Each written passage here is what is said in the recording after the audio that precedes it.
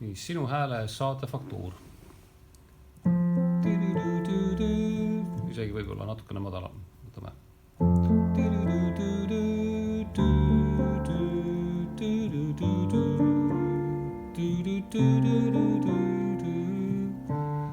Ja siis kordab.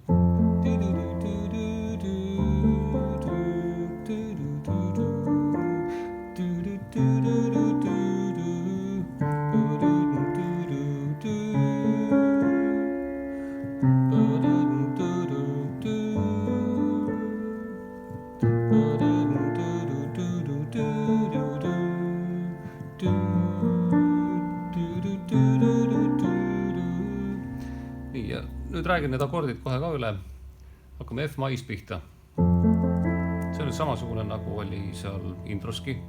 Siis tuleb D-moll 7. Jälle sama. Siis tuleb G-moll 7. Sama nagu intros. Nüüd C7 sus 4. Põhimõtteliselt jällegi üsna sarnane nagu see introski oli. Õigem akord oleks see nagu akordimärgi järgi, aga põhimõtteliselt B-tuur C-bassiga. Nüüd see sama rida kordab. Nüüd läheb D-moll 7-sse. D-moll 7, eks. Nagu F-tuur siin üleval. D-moll mai 7 cis-bassiga.